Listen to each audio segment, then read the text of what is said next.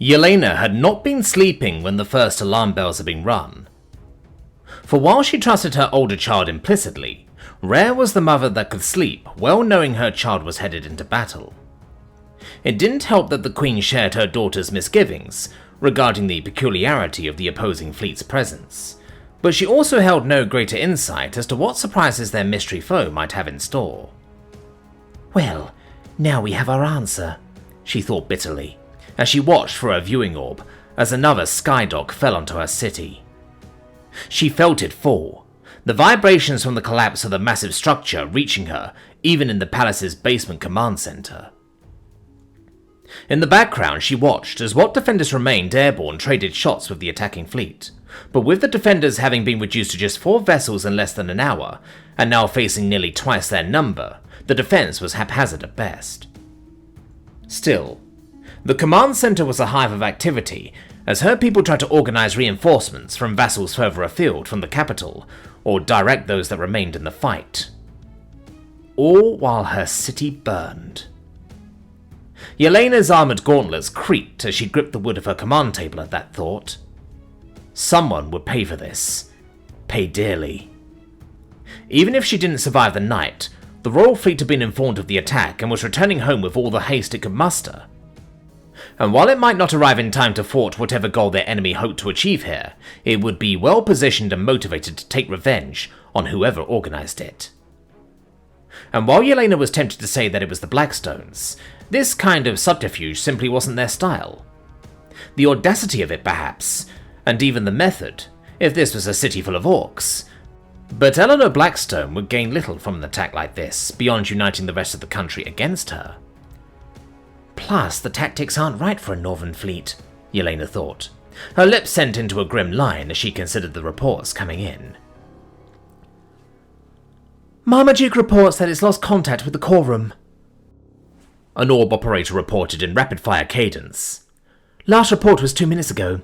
Core defender reported no less than 3 attackers. Captain is now reporting Marmaduke is losing pressure in all ether bulkheads. Propellers non-functional. Core presumed missing. Captain reports that she's likely to go down over the docks. Captain is ordering an all-hands evacuation to parachute and glider muster stations. She intends to go down with the ship. Yelena wasn't too surprised to hear that. Better to go down with the ship than return home as the woman on whom's watch the family's core was lost. Unfortunately for the captain of the Marmaduke, Yelena didn't have time for that. Tell the silly bint to get out of there, Yelena ordered in a clipped manner. Our capital's under attack and I need every mage I can get my hands on, even if she has to fight on foot from on top of the burning corpse of her family's ship.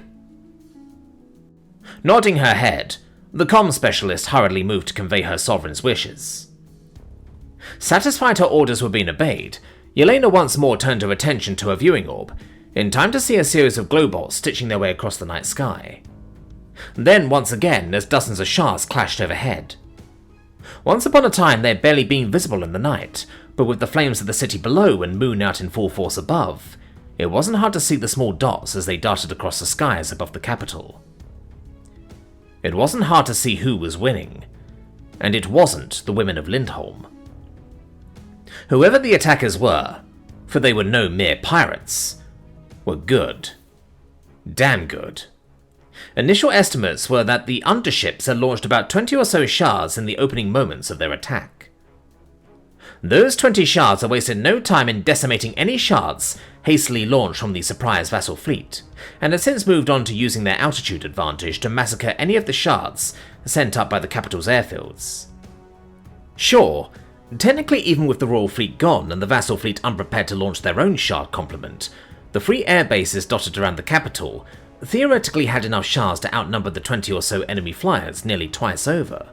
But that advantage was useless when the enemy pilots were shooting down her people the moment they left the airfields. There was a reason why the first order given upon seeing an approaching enemy get within an hour's travel time of the city was for those airfield-based shards to climb to max altitude and remain on standby. Except they'd never gotten that chance, because the enemy literally appeared right on top of them. Rising from the sea, she thought. How absurd. Perhaps if she placed any stock into the myths of Alejandro's divinity, she'd have thought this the recently deceased God Kraken's revenge. Ignoring our issues with the first, do we have any indications of a second wave incoming? She asked. Was this the vanguard of an entire undership invasion fleet? As absurd as it would be for any of her enemies, producing that many vessels of this type without her knowledge. Then again, they built this many without you knowing. Her mind niggled away at her. And you still don't even know who they are. Nearby, one of her commanders shook her head. If there were, I'm afraid we wouldn't know until they breached the surface, Your Majesty. With the loss of our lighthouses, we're effectively blind as to any happenings in the water. Another woman, the markings of the city guard on her uniform, spoke up. In addition to those troops fighting fires in the city itself, we've dispatched garrisons to retake the lighthouses, but initial reports show the defenders there are dug in tight. Our own fortifications are working against us there. Yelena wanted to scream and ask, why then, if her houses were so fortified, had they fallen so easily? She didn't though, because she already knew the answer. They'd been as taken by surprise as the rest of the capital. So instead of screaming like she wanted, she kept her tone as calm as possible. Have our people on the ground had any luck identifying the origins of our attackers? In other words, are they dark elves or light elves? The woman shook her head. We've yet to claim a body in any shape to be identified. Of course not, Yelena thought grimly. They might have identified the ships, but they were a mix of different vessels with clearly different origins. A majority were Lunites, but there were also 2 Solite line ships and 2 Lindholmian galleons. Someone had invested a lot into this attack, and as much as it pained her, it was paying off. A burning wreck floated past the tower holding the viewing orb, connected to the one she was viewing, a somber testament to the ferocity of the battle. The Honourable had been struck amidships by 3 nearly flawless incendiary javelins launched by enemy shahs in the opening moments of the battle. At least one of these projectiles had pierced the steel hull, setting the wooden framework beneath ablaze. The crew had been left with no choice but to abandon the ship, as the fire raged uncontrollably. Now, nearly an hour on, the flaming shell still drifted aimlessly, destined to drop from the skies when either the ether ballasts ruptured, or the absence of a mage on board rendered the core inert. Either way, she could only pray it wouldn't happen over the city. The one silver lining was that the raging fire would deny the enemy any chance to salvage the core before the Royal Navy arrived. After the battle, House Hawkthorne could reclaim it safely. Academy is requesting permission to join the fight again, another orb operator announced. No, Yelena snapped. I won't have students thrown into this slaughter for negligible gain. Do you think they'll fare any better than our own pilots? She refused to sacrifice Lindholm's future for a fleeting advantage in the present. But, as if the fates were mocking her resolve, the situation shifted abruptly. The enemy is circling back around, came the urgent warning. Everyone watched in grim silence as the enemy fleet, seemingly satisfied with the destruction of the vassal forces, began to regroup into 2 distinct formations, one larger, one smaller. Heading, Yelena demanded. Us and the Academy, came the reply. Of course, she muttered under her breath. She had suspected as much. Despite the palace and Academy being prime targets, the enemy had done little more than take a few cursory shots at the hangars of each in the opening moments of the fight. Now, admittedly, both sides posed minimal immediate threat compared to the skydocks and their ships. But as the battle had drawn on, the lack of bombardment of either side only became more and more curious. Now though, the strategy was clear. They intended to storm both locations. And while conventional wisdom dictated that softening a structure first with a few cannonballs might make it easier to breach, the reality was that navigating rubble-strewn corridors and collapsed rooms would only complicate such efforts. Especially if one was both searching for something and wanted it intact. They're after the Kraken Slayer, she thought. If any records of its creation existed, an outside force would assume that they'd be housed at the palace or the Academy. True, the enemy might also have been interested in her or the political hostages, housed at the academy, but such motivations didn't align with the scale of the assault. Lindholm wouldn't capitulate because a handful of nobles or even the Queen were taken. No, it would instead galvanize them, uniting the nation against the aggressors. To that end, the enemy would be after something far more significant, something worth this level of risk and investment. Like a way to mass-produce enchanted shells for a nation whose stockpile had long since run dry, she thought. Like a way to salvage cores off their own coastlines. Still, their attack presented a rare opportunity. If the enemy was so desperate to claim the Kraken Slayer, she'd make sure they got it. On her terms and in her time. "To the labs," Yelena ordered, her voice cutting through the tension like a blade. Her personal guard, both visible and shrouded in cloaking magic, immediately fell into formation around her. The command center's personnel saluted sharply, their movements precise, a display of discipline amidst the chaos. Yelena paused at the threshold, her sharp gaze flicking to the Admiral. "Any reinforcements likely to arrive in the next few hours?" she asked, her tone steely. The Admiral's lips pressed into a thin line, her withered face showing the strain of the battle. "A vassal ship managed to avoid the initial strike by being late to the sortie," she replied. "A cruiser. It's a carrier hybrid, though." "Still sortieing?" Yelena's brow furrowed, her voice dipping into suspicion. "It's been hours since my daughter gave the order for the royal vassals to assemble. Even our father's vassals would have reached us by now."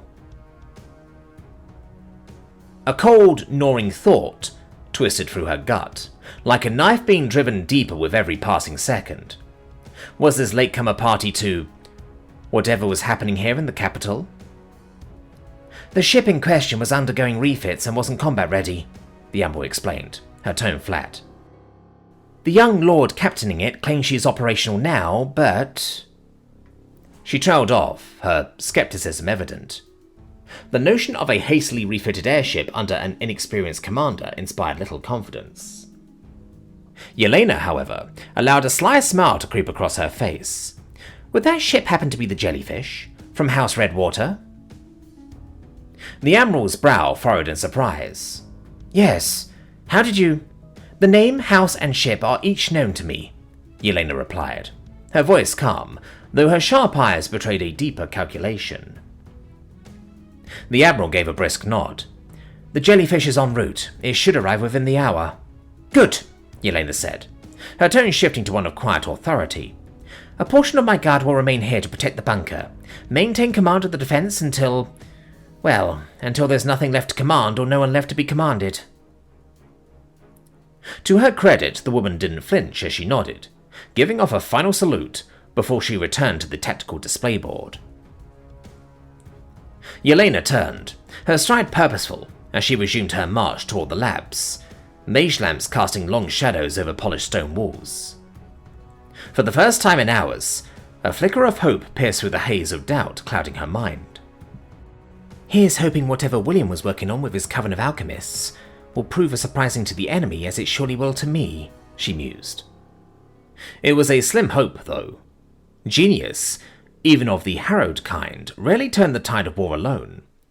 What could one experimental ship possibly achieve against an entire fleet? Still, speculation was a luxury she couldn't afford to linger on for long. She had her own battles to prepare for. "My bolt bow," Yelena ordered, her voice steady. The weight of her family's ancestral weapon, modernized over generations, settled into her hand. Its intricate brasswork gleamed faintly, and its reinforced frame whirred softly as she adjusted her grip. She strode forward, flanked by a platoon of the continent's most formidable warriors, their armor glinting like obsidian in the dim light. If tonight was her night to fall, well, she'd go down spitting death and defiance. Mary felt the ship roll beneath her feet as she stared at the endless rows of shahs before her and the other cadets, the sleek, polished aluminium craft shimmering faintly under the hangar lights. Shahs that, by all rights, should have been little more than empty frames, bereft of cores. Yet here they were, loaded into the Jellyfish's side launch modules, being loaded and tended by alchemists. In minutes, the Lord claimed those shards would be poised and ready to fly, despite the lack of a core. Clearly he believed it, because with a single command, each of the shards in those bays would be flung out into the night sky. Of course, any returning shard would need to execute a running landing using the jellyfish's new peculiar-looking flat top, a maneuver Mary had practiced countless times but still feared. Anya was still laid up in the infirmary. Word was that a more skilled healer was on their way, but Mary couldn't help but worry that it was simply a kind lie. Still, whether a healer came or not, Mary couldn't forget the deafening crash of Anya's shard slamming into the airship's side. The memory lingered, as sharp and unforgiving as the wings of the shards themselves. Mary couldn't shake the image of Anya's mangled foot when she'd been pulled from the wreckage. The jagged, unnatural shape haunted her. And now, here they were, heading into real battle. Not a drill, not a simulation, real combat. In comparison, landing the shard safely felt like the least of her worries. She'd once been proud to call herself a pilot. Still was, deep down. But somehow the gravity of what that meant hadn't fully sunk in. Even now, as the tension thickened around her, it felt like a half-formed dream, something distant and surreal. "What are you waiting for, cadets? A written invitation?" Instructor Greygrass barked, her gravelly voice cutting through the noise of the hangar. The scar on her chin caught the light as she fixed the crowd of plebeian cadets with a withering glare. "You've been given your instructors. Your shards are assigned. Do not make me look incompetent in front of your lord." Mary's gaze flicked toward the main platform, where Lord Redwater stood, his impromptu speech over. His team stood behind him, looking just as uncertain as the cadets ahead. Beside him, Lady Turn stood, her sharp eyes scanning the scene. Unlike the others, she didn't seem confused, just deeply unhappy, as she spoke in rapid-fire bursts to the distracted Lord. The scene wasn't unusual. Most instructors carried a perpetual air of dissatisfaction, and while the Royal Navy's trainers were a touch more optimistic than the dour Dark Elves, that wasn't saying much. "Move, cadet, or I'll launch you from the shard bay without a shard!" Greygrass roared, her tone sharp as iron. Case in point, Mary thought, as she glanced around and realized that the rest of the squadron had already dispersed, making their way over to their assigned bays and shards. Mary followed suit as she jogged over to clamber up into her assigned shard, the familiar motion oddly jarring.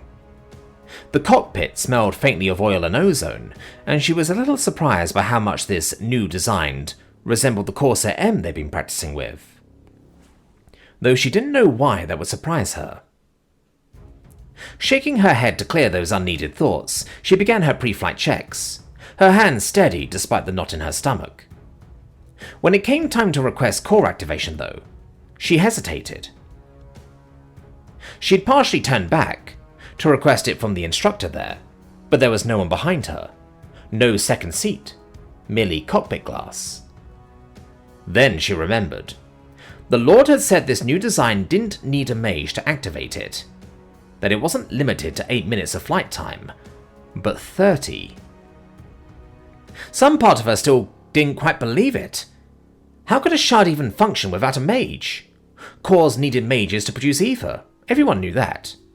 But here it was, this sleek, enigmatic shard defying everything she understood. Mostly because she wasn't being given the opportunity. She wanted to laugh at the absurdity of it. They were being thrown into battle in shards they barely understood that defied comprehension. Deeps, she didn't even know how to turn this thing. "Flip the switch there." A calm voice interrupted her spiraling thoughts. "Turn it for a second, then let go." Mary nearly jumped out of her seat. The Lord was right next to her. Right there. His face far too close for comfort for a girl who'd never even spoken to a boy. She wasn't used to boys, especially not noble ones. Too tall, too plain. Destined for a lady marriage with her gangly frame, marred by a scattering of acne, at least according to her mother's. What was worse was that they weren't even being deliberately unkind, merely realistic. She'd secretly hoped that becoming a pilot might change her luck in that department. Maybe even help her find someone decent once she got away from a village that was now full of them. A trip to the city had been on her mind for a while now. She'd been saving her coin for it. But that was a distant dream. And now there was a boy here, a noble boy, standing right next to her. Fey above. She could feel his breath on her cheek. Cadet? Right, the switch. She snapped back to the task at hand, frantically searching for the spot he'd indicated. Her fingers finally found the small, unassuming lever. She flicked it on, and a deafening roar erupted beneath her, making her jump as though the machine had bitten her. She let go instinctively, her heart hammering in time with the growl of the thing below. Did I break it? She thought. The old Corsair M always started with a soft hum, like the comforting purr of her family's tabby cat. This sound, though, it was jarring, more like the deep, guttural groaning old Davy made after the Bevins horse had kicked him in the ribs. She still had nightmares about that horrible wheezing. She turned to the Lord, panic in her eyes, but he remained unfazed. Good, he said, his tone steady, as if nothing had happened. Now, I know I mentioned this before, but it bears repeating. The design was made to mimic the Corsair M you're used to. Same flight profile, same control layout, same weight distribution, but there are differences. Mary nodded, trying to focus on his words and not his lips as he continued. For one thing, this engine's a lot more powerful. Be ready for some kick. And by kick, I mean it might try to flip you. Flip her? Her stomach churned as her mind flashed at that one time. Yeah, you get it, he said, as if reading her thoughts. We've added that defective thruster valve on the underside of the M for that reason. To imitate this. You'll feel it on the right wing. It works like that valve, so keep your balance. So that's why. Got it? A little annoyed at her thoughts being constantly interrupted, instinct nonetheless took over as Mary snapped to attention. Yes, ma'am! The words slipped out before Mary could stop herself, and the realization hit her like a bolt of lightning. She just called the Lord a boy, a man, ma'am. Her cheeks burned, and for a moment she wished the shard would swallow her whole. But instead of taking offense, the young lord laughed, a light, easy chuckle, as if her blunder had made his day. Without another word, he hopped off the ladder and strode to the next shard, where another cadet sat, looking just as bewildered as Mary had moments ago. The roar of her core was no longer alone, though. Across the launch bays, dozens of craft had come to life, their cores growling in unison.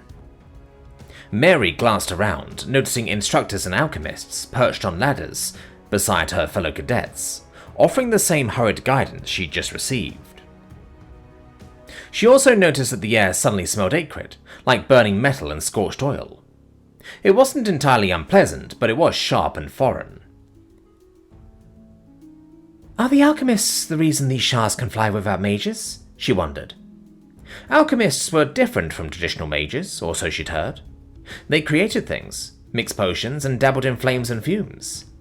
Maybe that's why everything smells like it's on fire. She shook her head, pushing the thoughts aside.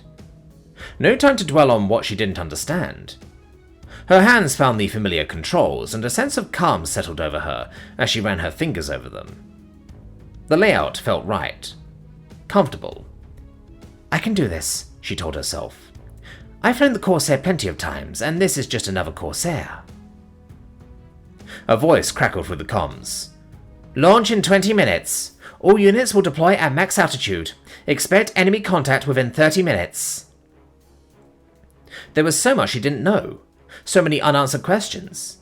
But this much was clear. Someone had attacked her home, and she now had the means to fight back. Mary gripped the controls tighter. I won't let my lord down. I won't let Lindholm down.